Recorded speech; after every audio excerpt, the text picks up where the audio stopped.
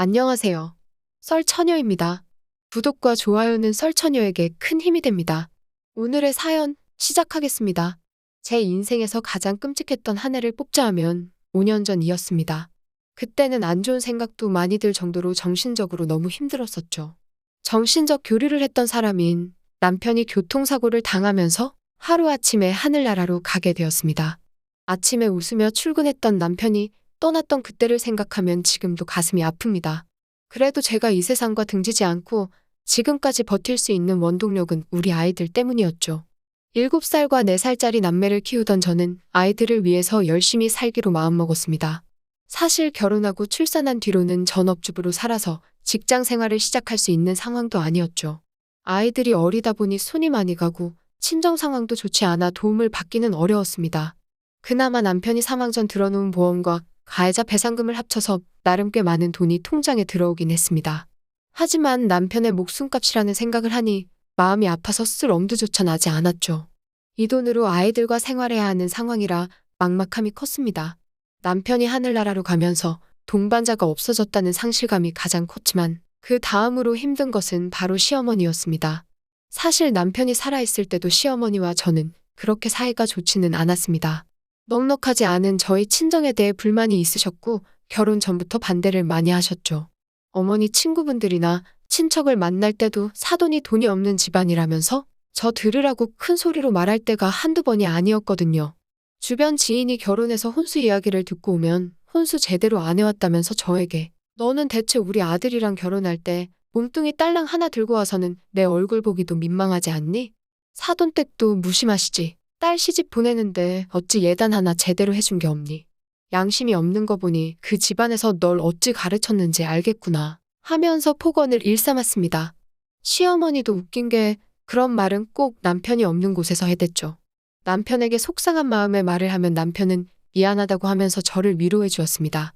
남편은 시어머니한테 가서 뭐라고 하고 나면 그 뒤로 잠잠해진 뒤 또 저에게만 연락해서 너는 나랑 전생에 뭔 왼수 지간이었길래 이러니? 내 아들이랑 내 사이 갈라놓으려고 아주 작정을 했구나. 이래서 사람이 집에 들어올 땐 하나부터 10까지 잘 봐야 한다는데 저런 화상이 들어와서 내 속을 박박 긁으니 내가 제명에 못 살지. 너가 우리 집에 들어오고 나서 내가 한시도 마음 편히 두 발 뻗고 잔 적이 없어.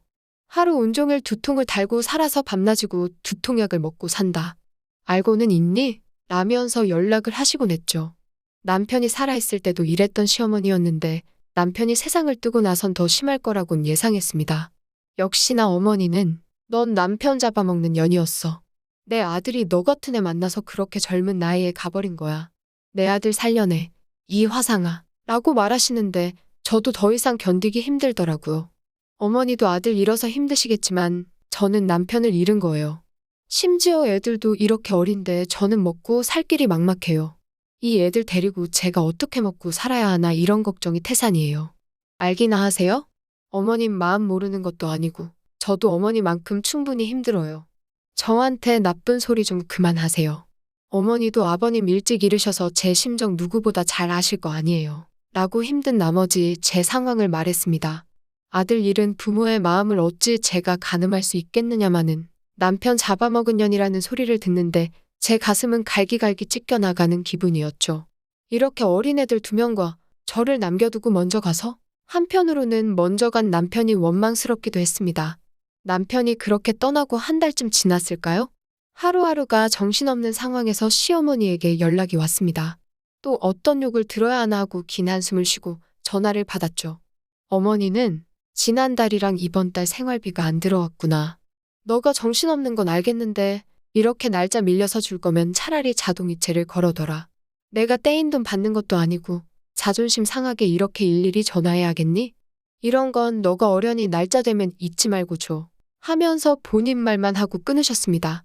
사람이 당황하면 아무 말도 안 나온다는 말이 맞았나 봅니다. 저는 전화를 끊자마자 어이가 없어서 아무 말도 안 나왔습니다. 지금 남편 간지 한 달 정도 지난 상황에서 본인 생활비 달라고 연락 오는 시어머니가 어디 있나 싶었죠. 심지어 어머니는 그렇게 어려운 생활을 하시는 분이 아니었습니다. 남편의 가족은 어릴 때 돌아가신 아버지와 시어머니 그리고 누나 한 명이 있습니다. 시아버지가 돌아가셨을 때 그나마 남겨놓은 재산이 적지 않은 편이어서 세 식구가 생활하는데 큰 무리 없이 지낼 수 있었다고 했죠. 어머니는 일도 안 하시고 자식들을 키우셨으니 재산은 충분했다고 가늠할 수 있었습니다. 저희는 결혼하고 나서 시어머니께 생활비 명목으로 매달 30만 원씩 드렸습니다. 30만 원이 누군가에게는 적은 돈일 수 있죠. 하지만 저희 집뿐 아니라 형님네도 매달 30만 원씩 드리고 있어서 어머니께서는 충분히 쓰실 수 있는 돈이었습니다. 심지어 생활비 말고도 이것저것 사고 싶은 물건이 있으시면 톡으로 링크를 보내시거나 사진을 보내서 사달라고 하셨습니다. 그런 것 합치면 한 달에 50만 원은 되었을 거예요. 지금 일도 하지 않고 아이들 케어하면서 직장을 구하지도 못하는 마당에 전화 와서 돈 보내라는 시어머니가 야속했습니다. 어차피 대답도 안 하기도 했고 일단 전화를 끊고 아이들이 보채길래 돈 보내는 것도 잊고 있었죠. 다음 날이 되었습니다.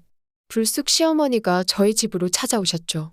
너는 내가 어제 그렇게 전화했는데도 깜깜무소식이더라. 오죽하면 내가 내 발로 여길 찾아오게 만들어. 라면서 다짜고짜 보자마자 언성을 높이셨죠. 아들 49제도 안 치른 상황에서 저러고 싶을까란 생각이 들었습니다. 남편이 죽은 상황에서 내가 이런 소리나 듣고 앉아있어야 하나 하면서 현타가 왔죠. 어머니 지금 그 사람 떠난 지 49제도 안 지났어요. 그런데 지금 이 상황에서 저한테 생활비 타령하고 싶으세요? 어머니 전화 받고 오죽했음 제가 어이가 없어서 말도 안 나왔어요. 지금까지 그 사람 있을 때는 그래도 남편 어머니니깐 최대한 존중해드렸던 거 알고 계시죠? 지금 애들 데리고 어떻게 살아야 하나 하는 마당에 제가 어머니 생활비 챙겨드려야 할 상황이겠어요? 애들 할머니면 생각 좀 해보세요. 아빠 일은 어린 손주들이 불쌍하지도 않으세요? 하면서 악에 받쳐 소리쳤습니다. 그러나 제게 돌아오는 거라곤 어머니의 차가운 말과 뺨따구였습니다. 어디서 이게 소리를 질러? 지금 너 남편 죽었다고 시어미를 개똥으로 보냐? 생활비는 내가 필요한 거니까 달라고 한 거지? 그게 그렇게 잘못이냐? 어디서 시어미를 가르쳐 두려고 해? 그리고 애들 아빠 보상금 얼마나 나왔니? 들어놓은 보험이랑 가해자가 준 합의금도 꽤 될 텐데 돈이 없는 것도 아니고 지금 너가 그거 홀라당 혼자 다 먹으려고 하는 거냐? 라고 하시더라고요. 손찌검까지 하고 거기에 죽은 아들 보상금을 운운하는 시어머니와의 인연도 여기까지구나 라는 생각이 들었습니다. 그동안의 아픔이 저도 터질 대로 터졌나 봅니다. 보상금 홀라당 먹느냐고 했어요?